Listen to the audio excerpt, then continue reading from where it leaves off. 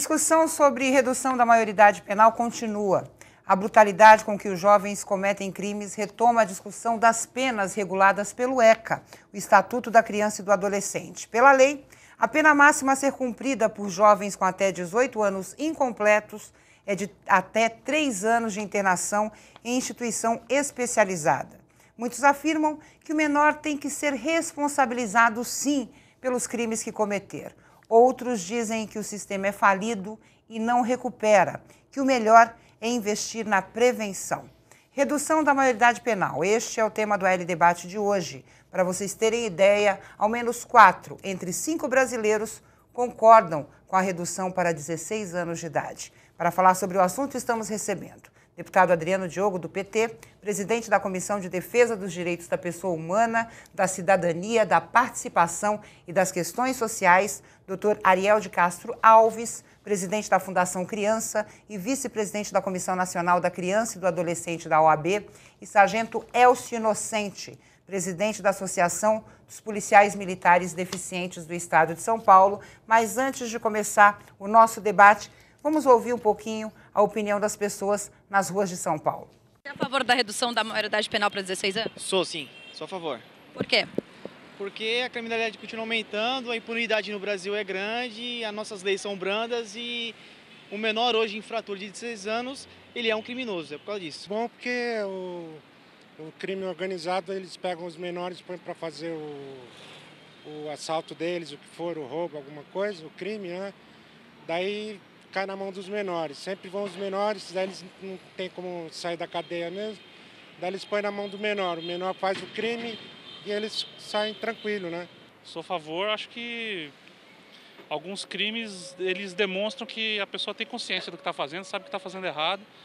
Tanto que às vezes você vê entrevistas, vê na TV, as reações de que a pessoa sabe que a casa caiu, então realmente ele sabe o que está fazendo, não é inconsciente não. Deputado Adriano Diogo, você acha que a emoção mexe muito com as pessoas? Porque a gente vê situações de menores que são usados por maiores, na prática de crimes. A gente vê situações que chocam quando crianças são violentas demais, como foi o caso daquelas garotas que mataram a colega e arrancaram o coração. Essa brutalidade chama a atenção.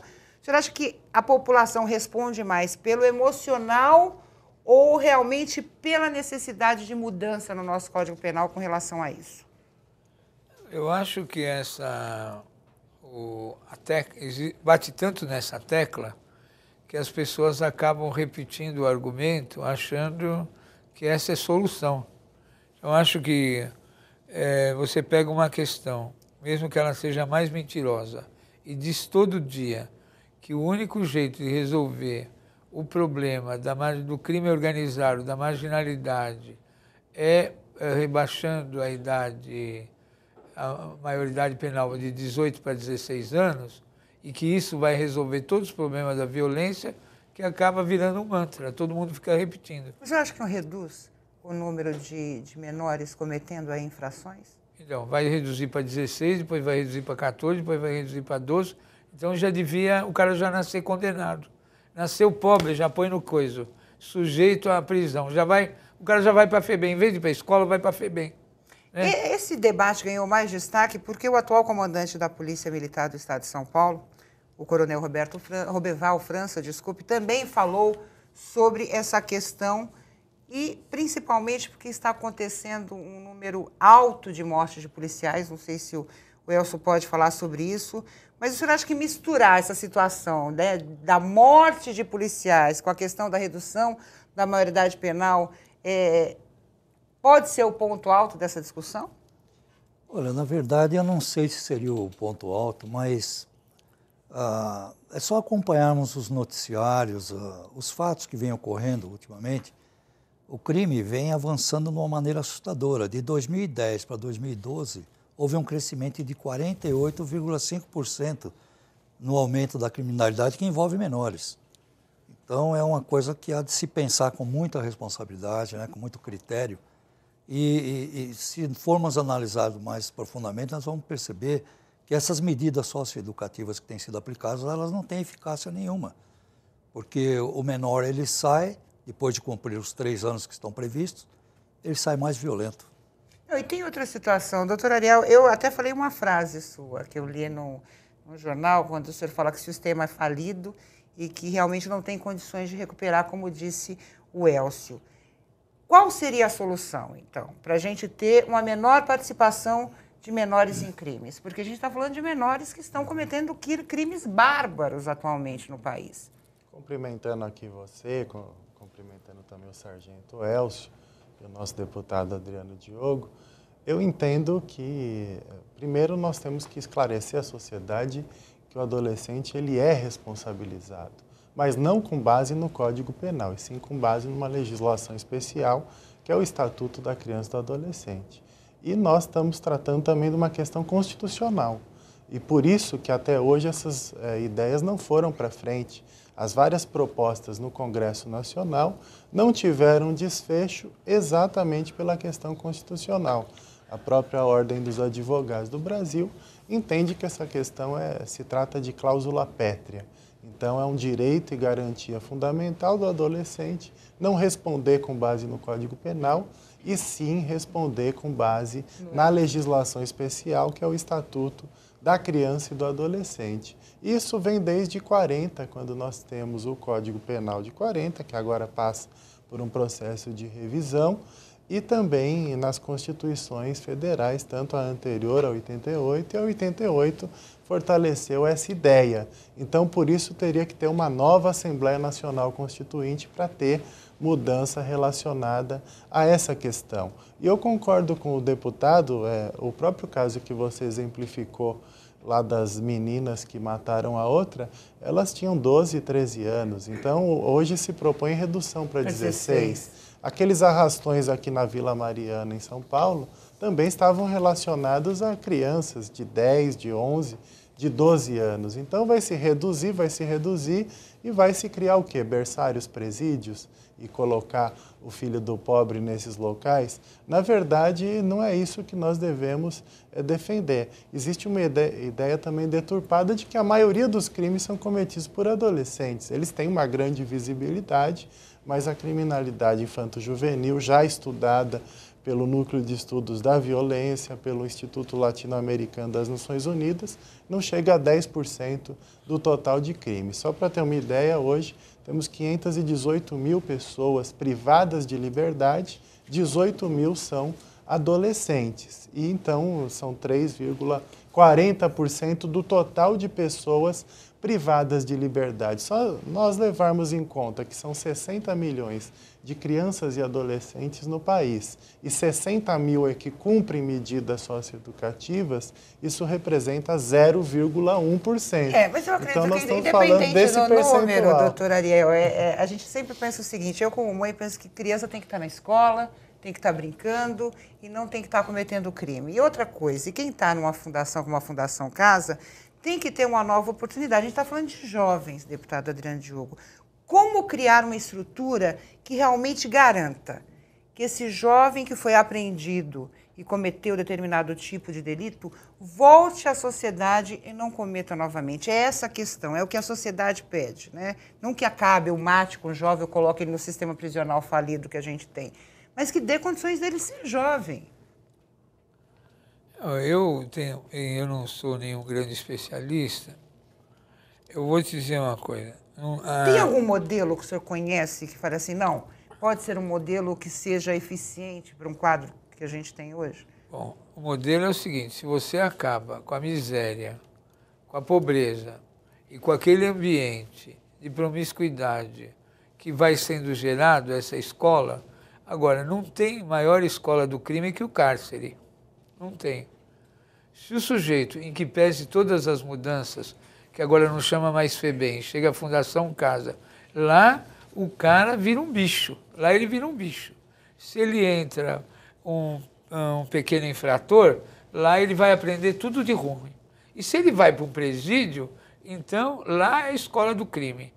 Porque não tem similar no mundo que as organizações criminosas se organizem dentro dos presídios. E o pior, que há um pacto de silêncio. Há um pacto de silêncio, produzido dentro das prisões. Então, a questão é muito mais profunda. E aqui eu vou despartidarizar, Não vou dizer que é um problema do Estado de São Paulo, embora aqui há peculiaridades que não tem em outras partes do país. Aqui há peculiaridades. Então, tem uma causa estrutural. Que a partir da pobreza e da miséria existe ambiente de contaminação e de recrutamento. Não podemos dizer que todas as pessoas que nascem pobres seria um absurdo. Elas têm propensão à violência e à criminalidade. Há um facilitador, né, Ariel? Pela realidade da pessoa, há um facilitador. O problema é o seguinte, a primeira pergunta é o rebaixamento da idade penal. Sabe qual é a segunda? É a pena de morte. É pena de morte. Faça uma enquete na rua se a população é favorável à pena de morte. Lógico que vai ser. Faça uma enquete na rua se é liberação à venda de armas. Né? Porque o lobby do armamento é muito forte. Agora, eu coloco o seguinte questionamento para o Elcio, né, nessa questão da redução. Você é a favor da redução da maioridade penal. Sim. Com que parâmetro? Por que você acredita que reduzindo a maioridade penal vai haver uma redução desses crimes? Porque eu acredito que quem comete crime tem que ser punido. Essa questão de a gente assistir tudo que nós temos visto e ficar passando a mão na cabeça, a tendência é só aumentar mesmo. Por quê? O crime se comete pela certeza da impunidade.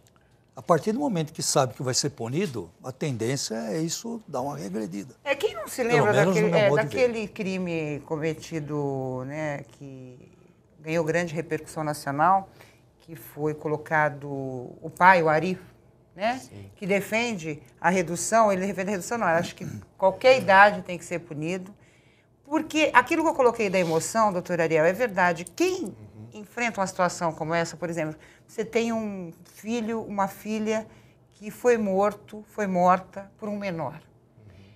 A emoção, a emoção toma conta e a sociedade vê isso como uma forma significativa de violência. Isso é plausível, né? Eu, há 20 anos, eu luto contra a redução da maioridade penal. Toda vez que fala que se vai votar no Congresso Nacional, pego minha passagem e vou para Brasília conversar com os parlamentares sobre esse tema.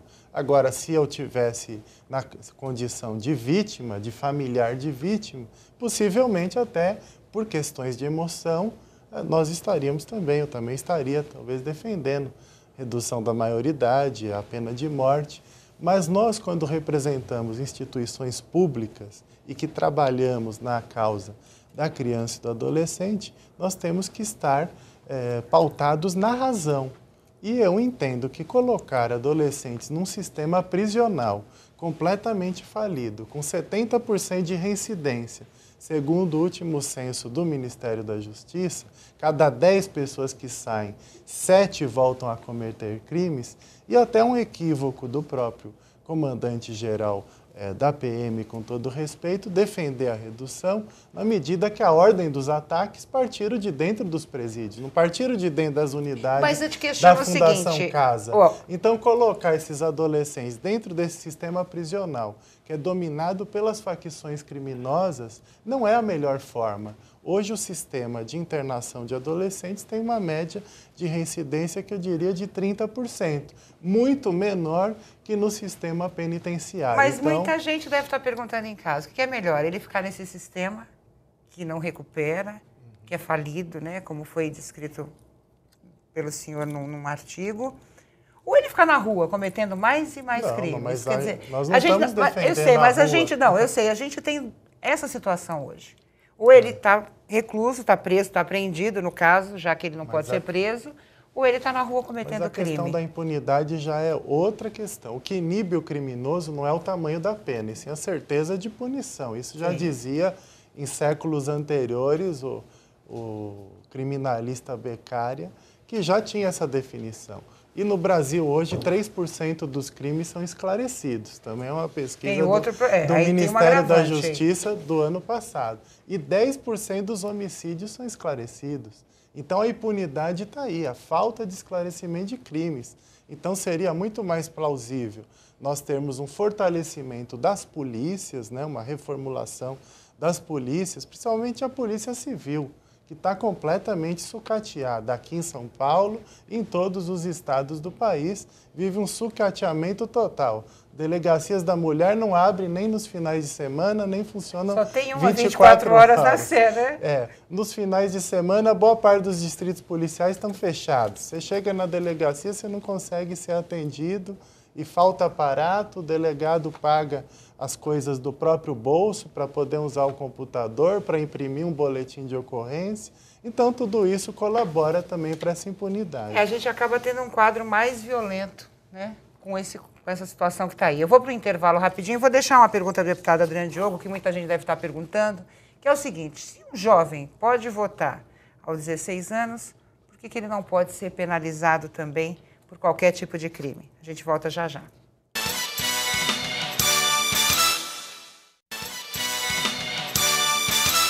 Voltamos com a L Debate, hoje falando sobre redução da maioridade penal. Eu deixei uma pergunta para o deputado Adriano Diogo, mas antes dele responder o meu questionamento, vamos ouvir mais um pouquinho da opinião das pessoas nas ruas de São Paulo. Você é a favor da redução da maioridade penal para 16 anos? Não, acho que não é esse o problema. Isso não resolve o problema do caso de crime, você diz? Não acho que resolve o problema da violência, não. Qual é a solução que o senhor acha que é plausível? Acho que a solução vem um pouco antes, né? Vem com educação, vem com saúde. É uma coisa que não é a maioridade penal que vai resolver o problema da violência na cidade. Sim. Por quê?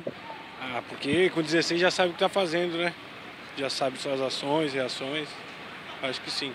Aqui no Brasil, o jovem, além disso, ele fica preso no máximo 3 anos. Você acha que isso deveria ser mudado? Com certeza. Deve ser cumprido acima com maior de idade também. Deve ter a mesma pena. Sou a favor. Por quê? Porque tem muitos crimes que acontecem hoje em dia porque as pessoas que são chefes de gangue, essas coisas, elas fazem as pessoas de menores de idade atuarem nesses crimes. E hoje em dia eles são os chefes e acabam não sendo presos, né? Bem, a opinião, mais uma vez, das pessoas sobre a redução da maioridade penal. E eu deixei aqui uma questão para o deputado Adriano Diogo. Se um jovem pode votar aos 16 anos, hoje tem essa oportunidade no Brasil, por que não reduzir a maioridade penal?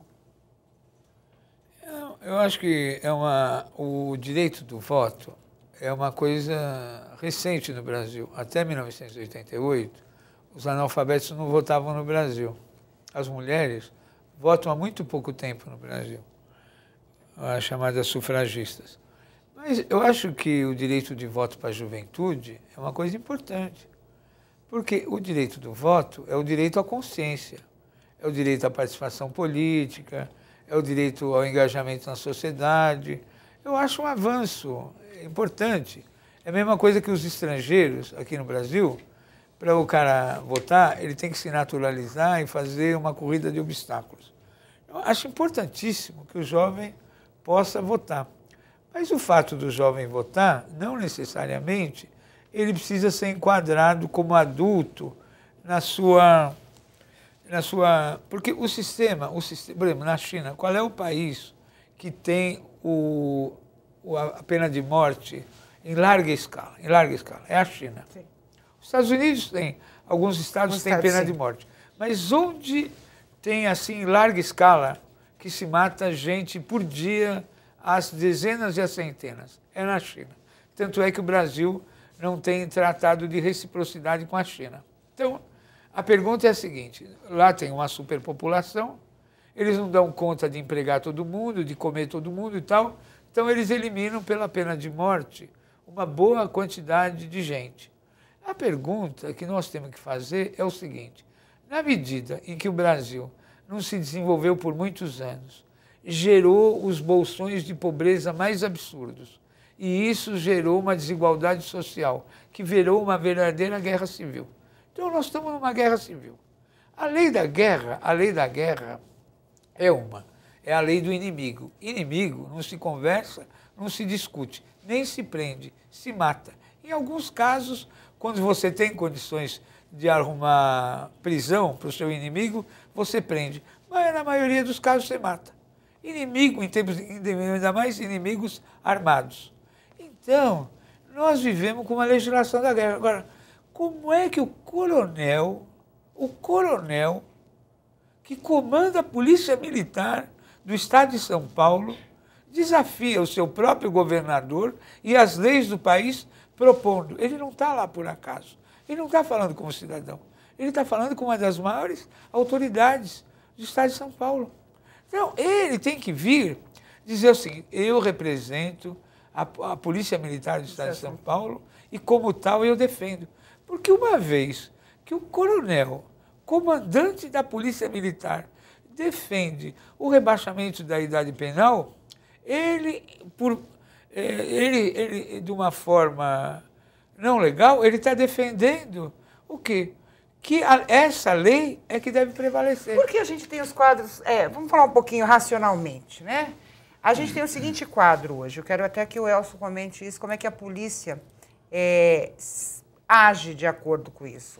Os menores são usados, sim, em crimes. Exatamente porque não são presos, são apreendidos. Muitas vezes praticam o crime, né? Não só assumem a autoria, como também praticam os crimes. No tráfico de drogas, são extremamente utilizados como aviãozinhos, né? Eles que entregam, vão receber, exatamente para essa realidade. Você acha, não no quadro de punição ou de cumprimento de pena, mas na situação de reduzir a participação desses jovens em crimes, a redução da maioridade penal pode ser eficaz? Olha, pelo menos é uma medida que pode amenizar essa situação, porque veja bem, o policial, ele já ganha um salário bem apertado. Para enfrentar o criminoso, ele não pode estar olhando se é maior de idade ou menor de idade, porque tem menores de idade aí que são maiores que todos nós. Se ele vai pedir o documento, já leva um tiro, né? Entendeu? Eu vi uma situação então, até... é uma coisa que ele tem que raciocinar rápido. Eu lido com uma entidade que cuida de policiais portadores de deficiência, e em decorrência desses confrontos, nós temos milhares de policiais que estão inaptos para o serviço, incapacitados para o trabalho, por confronto direto. Confronto armado, e na maioria das vezes menores de idade. Então é uma situação que precisa ser vista com extrema urgência. E nós que lidamos com essa situação sabemos que não dá para ficar pensando muito, tem que ser uma medida que seja tomada com uma certa urgência. A gente tem a questão familiar, né, Ariel? A gente não pode deixar de lado que esses jovens que são usados em crimes são jovens que têm problemas dentro da sua estrutura familiar. Muitos são filhos de alcoólatras, são filhos de criminosos. Então, como disse o rapaz do Nosso Povo Fala Assim, a questão é muito mais embaixo. A gente precisa falar de educação, de saúde, mas a gente não tem essa estrutura formada. Então, o que fazer de imediato para a gente ter essa redução? É isso que eu queria, assim, vamos ver uma luz no fim do túnel agindo dessa maneira a partir de agora. A redução do crime, né? Não a redução da maioridade. Sim, a redução do crime. Ok. Então, eu entendo que, na verdade, uma lei propriamente não tem esse condão de diminuir. Todos nós gostaríamos que, de uma hora para outra, o crime diminuísse. Se uma lei tivesse todo esse poder... né? Não só de menor, mas que o crime... Se uma lei tivesse esse poder, a própria lei de crimes hediondos, depois que ela foi editada, os crimes hediondos aumentaram em mais de 200%.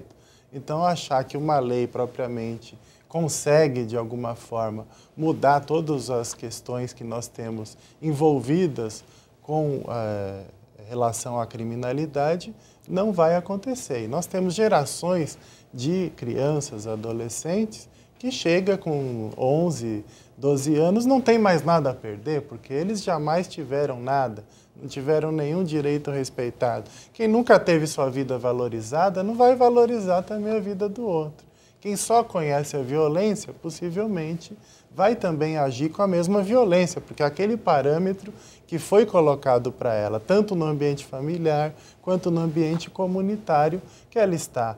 Então, o que nós precisamos realmente, ao invés de reduzir a maioridade, ao invés de pensar em cadeia para esses jovens, é escola, é contraturno escolar, é atendimento de saúde para aqueles que têm envolvimento com drogas, é assistência social, é programas que possam dar uma perspectiva de vida para esses jovens, né? No Distrito Federal foi feita uma pesquisa com os adolescentes infratores e 30% disseram que não tinha sonho nenhum. A única vontade deles era cometer crimes. Então, isso mostra uma total falta de perspectiva. E para ele pouco importa se vai pegar 10, se vai pegar 20 anos, ou se vai até pegar a pena de morte. Ele quer viver aquele momento. Então, ele vai, muitas vezes, se envolver nessas circunstâncias. A gente estava falando até do papel de entidades filantrópicas nesse quesito, deputada Adriana Diogo. Eu conheço a Casa do Zezinho, vou citar aqui. O Ariel trabalha com a Fundação. Queria falar um pouco de orçamento. Por que eu digo isso? Porque a gente sabe que um jovem na Fundação Casa custa mais ou menos para o governo, vamos arredondar aí, R$2.000 por mês? Não, 5 mil. Já está em 5 mil? Próximo a 5 mil, 4.800. 5 mil. E a nossa querida Guiomar, da Guimar da Casa do Zezinho, gasta em média R$300, R$400 por criança. E são crianças que têm essa realidade que o senhor colocou. São pobres, são da periferia, já nascem com esse estigma da pobreza e a população, a sociedade encara como bandido, o futuro bandido. E ela consegue, com R$300, R$400, diferente da Fundação Casa, que gasta 5 mil com o jovem infrator, tirar a criança da rua, fazer ela estudar, aprender a tocar um instrumento. Quer dizer, o modelo, a gente tem um modelo que funciona. Por que não copiar um modelo como esse dentro de uma estrutura governamental que gasta R$5.000 para o jovem? É isso que eu fico indignada às vezes. Como é que se consegue fazer com 400 e não consegue se fazer com 5 mil?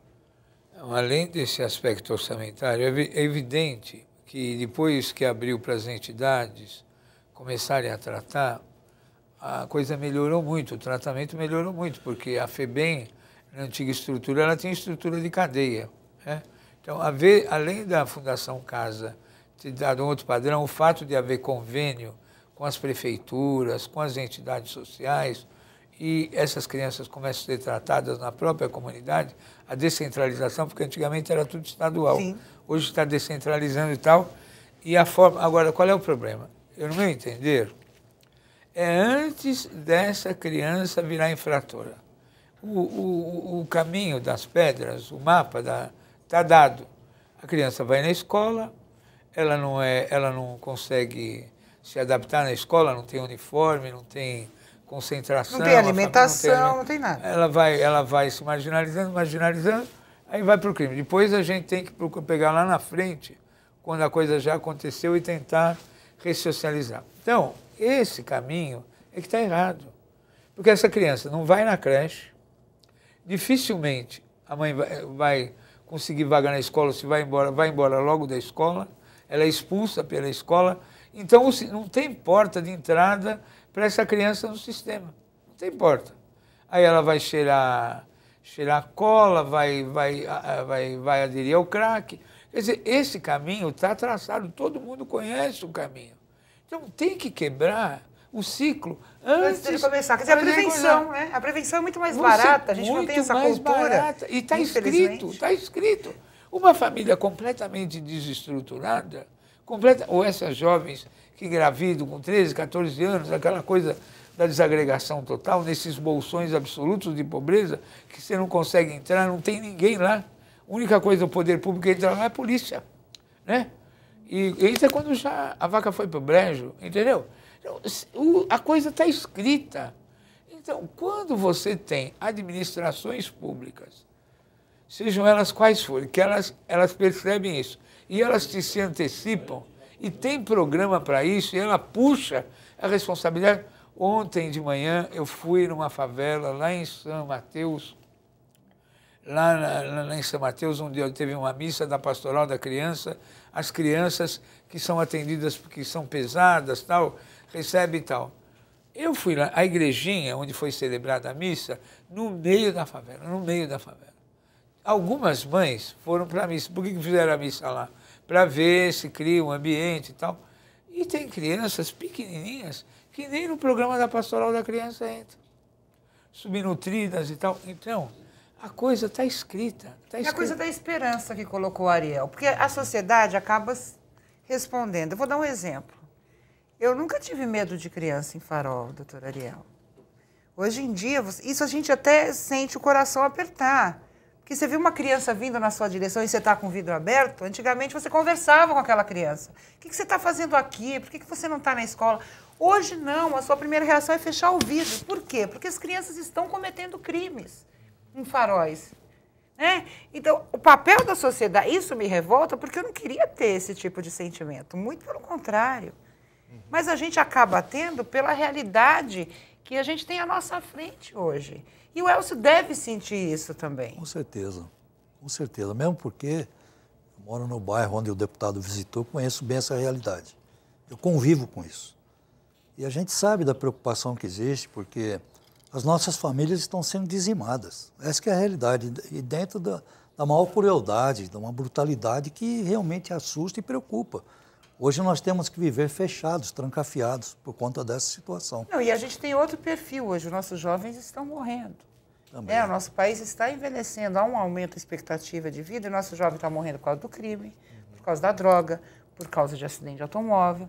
Então, a gente tem um cenário extremamente negativo para a nossa juventude. É importante ressaltar que, na verdade, as crianças, adolescentes, os jovens, eles são muito mais vítimas do que autores de violência. Também, claro. 22 são assassinados todos os dias. Então, são 22 crianças, adolescentes, segundo o último mapa da violência. Então, isso mostra, além da violência doméstica, da violência, muitas vezes, praticada pelos próprios pais contra os seus filhos. Então, a violência infanto-juvenil, seja sexual, seja psicológica, seja física. Então, essa cultura de violência, uma pesquisa recente da Universidade de São Paulo entrevistou 4.000 pessoas em 11 cidades brasileiras, mostrando que aqueles estudantes que praticam agressões nas escolas e mesmo aqueles adultos que batem nas mulheres, que batem nos seus filhos, no passado eles também foram vítimas de violência. Então, o ciclo perverso da violência. Acho que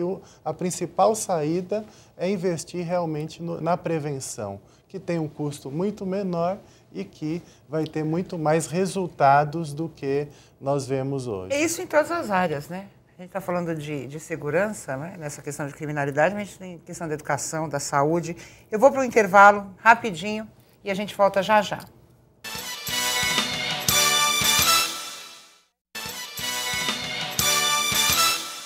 Voltamos com a L Debate, hoje falando sobre redução da maioridade penal. E a gente vai ouvir mais um pouquinho a opinião das pessoas nas ruas. Vamos lá. Sim, porque já que a maioria já dirige, então tem condições de votar, tem condições de... tem que reduzir. Sou favorável. Com 16 anos eles são capazes de fazer coisas boas e coisas mais ruins ainda do que as boas. Então eles podem ser punidos sim pelo que fazem. Não tenho opinião formada não, mas a princípio não. Por que o senhor a princípio não é? Porque acho que é muito imaturo para ser condenado assim, numa situação de conflito, de risco, né? Até quem comete crimes hediondos? Sim. As opiniões, né, elas são interessantes porque as pessoas acabam acreditando, né, nessa responsabilidade dos menores. Outras acreditam que os menores são crianças e que não têm esse discernimento ou essa necessidade de cumprimento de pena para crescer feliz, crescer com esperanças. Mas eu queria falar sobre um ponto que eu acho fundamental, que é o papel da mídia. O nosso jornalismo, como trata essas questões. No caso das meninas, claro, passou para mim as duas monstrinhas que mataram a outra colega. No caso do outro menino, que acho que matou um policial na moto, né, que era um menor também, a gente está passando a informação da forma adequada, doutor Ariel? Nós, jornalistas? Inclusive, eu colaboro com a ANDI, que é a Agência Nacional dos Direitos da Infância, e recentemente teve um seminário em Brasília, alguns meses atrás, que tratou exatamente dessa questão, o adolescente em conflito com a lei na mídia. E foi feita uma pesquisa nos grandes veículos nacionais, mostrando que só são noticiados os fatos, mas não se trata, muitas vezes, das causas, né? O que nós estamos fazendo aqui, que é fazer uma discussão mais complexa de fundo sobre o que está envolvido na criminalidade infanto-juvenil. E geralmente só se trata dos fatos e também um sensacionalismo muito grande em cima daquelas questões, né? Então isso muitas vezes colabora para aumentar a criminalidade juvenil, porque esses jovens eles vivem dentro de uma invisibilidade. E às vezes para ele se torna uma promoção, ele vai se tornar uma pessoa de sucesso naquela região onde ele está atuando. Então por isso que o próprio tráfico, o envolvimento com a criminalidade, dentro daquele cenário de invisibilidade, quando ele não conseguiu vaga na creche, ele não foi lembrado por ninguém. Quando ele não conseguiu um atendimento na área de saúde, ele não foi devidamente lembrado. Depois, quando ele não consegue uma vaga na escola, um curso profissionalizante, ninguém lembrou adequadamente dele. Quando ele vai com uma arma na mão para cometer um crime, ou para um farol, ou começa a estar no tráfico, ele se torna visível. Daí ele gera preocupação por parte do poder público, que nunca teve essa preocupação com ele. E muitas vezes, quando ele passa nesses programas sensacionalistas de final de tarde, que às vezes parece que a pessoa que quer se suicidar, ela espera às 6 horas da tarde. Quem quer matar uma outra pessoa espera esses horários também. Quem quer fazer a rebelião também espera o final da tarde. Então, muitas vezes, esses programas, eu já estive em unidades de internação e vi jovens que no dia anterior passaram nesses programas e chegaram aplaudidos, né, como se fossem heróis da criminalidade. Então, até que ponto que não existe também uma apologia da violência, né, esses abutres da violência que ganham milhões para ficar pregando e cada vez mais querendo que a violência aumente. Olha, tem um sociólogo da USP que fala exatamente isso. Lendo uma matéria, ele diz exatamente isso. Entender comportamentos desse tipo é um desafio até para quem trabalha com a questão. Há um certo prazer em realizar esses atos violentos. Os jovens cometem atos de crueldade para conquistar um espaço na sociedade. O garoto com a arma na mão inverte sua posição social. Ele tenta reverter a situação de humilhação em que vive. Ele devia reverter a situação social na escola, né? Mas, como disse o Ariel, ele não é aplaudido quando vai à escola, ele é aplaudido quando entra numa entidade como a Fundação Casa e cometeu um crime e apareceu na mídia. O senhor concorda com isso, sargento, que a mídia trata de uma forma, vamos dizer, até show business mesmo, né? Aquela coisa, essas situações... Alguns setores, né? Não todos. Não todos. A gente está falando dessa coisa mais sensacionalista, que é o que o povo gosta, doutor Ariel, não adianta negar. Né? A gente vê o jornal das 8, vê o jornal da meia-noite, mas a gente adora ver o jornal que mostra o vai, pega, olha, pegou não sei quem, matou. Por quê? É a cultura da sociedade brasileira. É isso que eu questiono, o Elcio. Então, o que nós temos assistido ultimamente é porque, assim, o cidadão de bem, a pessoa de bem, também lutou para chegar, conquistar o seu patamar, a sua posição na sociedade. E é difícil, por exemplo, uma pessoa tirando o carro da garagem abordada e não tem a chance nem de diálogo. Se ela... Tivemos casos de moças, por exemplo, senhoras, que na hora do susto, na hora do medo, avançaram com o carro até por um descuido, por medo, na verdade, né? É a reação. E foram alvejadas, sem poder de reação nenhum, sem diálogo, sem poder de defesa nenhum. Então, nós temos que entender também, eu até entendo esse lado que foi colocado, porém nós temos que ver que as pessoas de bem lutam também. Elas têm que enfrentar uma condução, um ônibus lotado, um trem, um metrô, têm que enfrentar a faculdade, o trabalho, e nem todas ganhando tão bem. Então, é também uma luta, é uma conquista. E, de repente, isso tudo vai por ralo fora. E tem aquela coisa que o deputado colocou bem, né? Não é porque nasceu pobre que vai ser bandido. Sim, né? A claro. gente tem que criar uma expectativa aí diferente. Porque, antigamente, deputado, o menor, o jovem infrator é aquele que batia a carteira na Praça da Sé. A gente teve uma coisa do alavancar a cultura da violência que acabou levando o jovem para o tráfico, acabou levando o jovem para o crime organizado. Porque ele era batedor de carteira antigamente, correntinha na Praça da Sé. Não, mas você há de convir o seguinte, como é que tem tanta arma e tanta droga? Porque tem gente aí que defende a legalização das drogas leves, né? Eu acho o comércio, quer dizer, por onde entra tantas toneladas, será que são só aqueles correndo lá da ocupação do Morro do Alemão, de chinelo, de dedo, correndo pelo morro? Ou Quer dizer, os grandes traficantes, eles moram só lá naqueles... Não, a gente tem um problema aí de fronteiras também, né, Não, deputada? não, além do com a entrada de armas, não, entrada além do de problema drogas, de fronteiras, tem todo um né? conjunto. Além do problema de fronteiras, isso aí vem em caminhões, em aviões, em barcos, isso aí tem proteção, todo mundo sabe por onde entra, né? Quer dizer, é um sistema. Nós temos um sistema de venda de cigarros, de venda de bebidas, de tráfico de armas e tráfico de drogas. As quatro... Sistema milionário, né? Está falando de dinheiro. Os 4 maiores sistemas de movimentação do dinheiro estão nesses 4 setores, né? Então, esses caras são chamados até de empresários, né? Ou contraventores, lá como eles chamam lá em Brasília, né? Contraventores. Não é criminoso, é contraventor. O cara, quando é rico, é contraventor. Pobre é criminoso. Mas aí a gente já entra num assunto maior, que é a questão da corrupção também, deputado, mas né? lógico. Que você, mas aí a gente entra numa situação muito maior. Irmão. Você acha que esses caras não elegem vereadores, deputados, não fazem juízes e biriri por aí afora? Então, nós não podemos ser ingênuos de dizer que o garoto que mora lá na Divinéia, Vergueirinho, ou na favela de São Mateus, esse é o grande criminoso.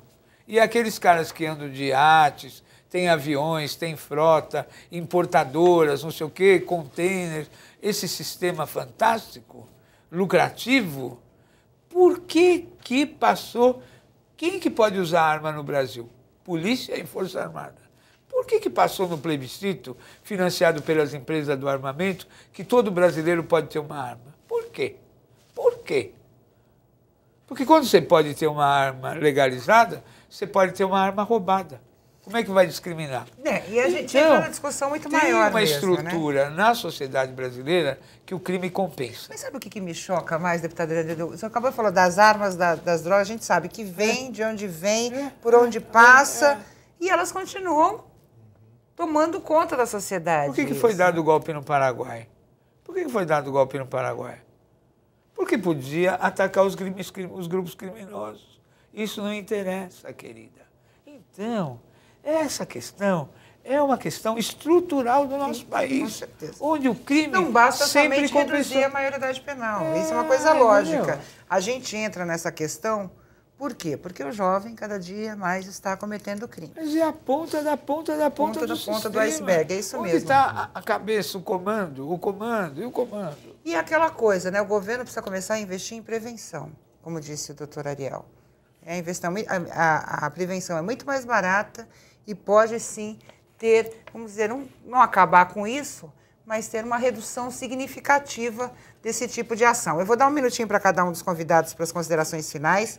É claro que a gente vai continuar debatendo esse assunto, é um assunto interessante, a sociedade tem que participar, pensar um pouquinho, né? Deixar o coração de lado, pensar um pouquinho com a razão sobre a situação desses jovens infratores. Sargento Elcio, muito obrigada, seu recado final.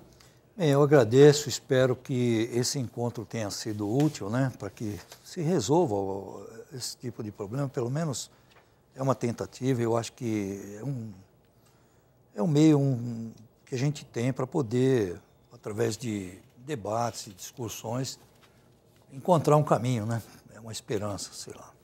Obrigado. Só para informar os nossos telespectadores, existem 6 propostas, né, no Congresso Nacional de Redução da Maioridade Penal.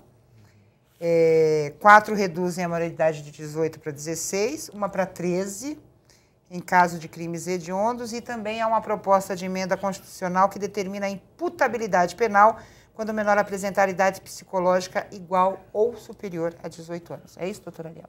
Inclusive a proposta do Senado é do senador José Roberto Arruda, já cassado, depois foi desarquivada pelo senador Demóstenes Torres, também já cassado. Então, está vendo que as pessoas que estão liderando também não têm dos currículos os melhores, não. Mas, de qualquer forma, é importante esse debate. Nós entendemos que quando o crime inclui é porque o Estado excluiu. Então, na medida que o jovem não encontra uma escola adequada, de qualidade, não encontra um curso profissionalizante, um atendimento de saúde para aqueles que têm principalmente problemas com as drogas, é na boca de fumo que ele vai infelizmente, ser acolhido. Então, nós precisamos realmente de um Estado que possa acolher as crianças e adolescentes. Existe a previsão no Estatuto da destinação privilegiada de recursos para a proteção da criança e do adolescente. Então, essa é a saída, investir na proteção para não ter que investir na punição. E aquela coisa, né? Essa fase da adolescência é o momento mais importante para a construção da vida adulta. Então, a gente tem que dar oportunidade para esse adolescente acreditar numa vida adulta com dignidade, com educação, com saúde. Deputado Adriano Diogo, aí seu recado final.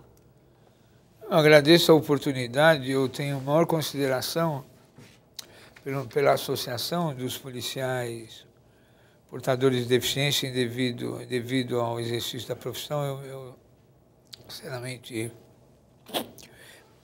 me emociono diante dessa situação. Eu só quero dizer o seguinte: quando foi construído o Rodoanel em São Mateus, foram derrubadas 5.000 casas. 5.000 casas. Aqueles bairros inteirinhos lá do fundo, Vila Bela, tudo aquilo. Eu encontro famílias inteiras que perderam tudo que tinham. Receberam uma indenização, um troco, nem processo judicial. Uma criança que perde uma casa decorrente essas desocupações loucas de bairros inteirinhos, de favelas e tal. Mas eu estou localizando o Rodoanel não para partidarizar, porque foi uma coisa que eu acompanhei casa por casa. Que me chocou. Eu até hoje encontro. Eu vou procurar as entidades. Tem uma obra social dos padres espanhóis, super conservadores, os agostinianos, que fazem um trabalho maravilhoso. Eles têm mais de 3.000 crianças. Pois bem, eu converso com as assistentes sociais, com as páginas, com as pessoas que trabalham. O número de crianças que perdeu casa no Rodoanel, elas disseram que aquilo foi uma tragédia do ponto de vista da organização familiar. Então, tudo tem uma causa, tudo tem uma causa. A gente, em situações, para concluir, muito de menor gravidade, a gente se revolta. Imagina você perder o seu próprio lar. Então, a gente tem que ter muita atenção, muita atenção. Ninguém quer proteger o crime, ninguém quer fazer qualquer aliança com a violência, pelo contrário.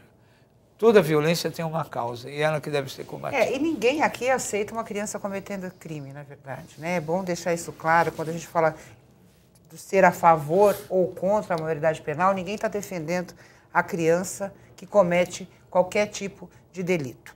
Eu quero agradecer ao sargento Elcio, doutor Ariel, deputado Adriano Diogo. Quero agradecer a você. O AL Debate vai ficando por aqui. Nós temos um encontro no próximo programa. Um grande abraço e até mais.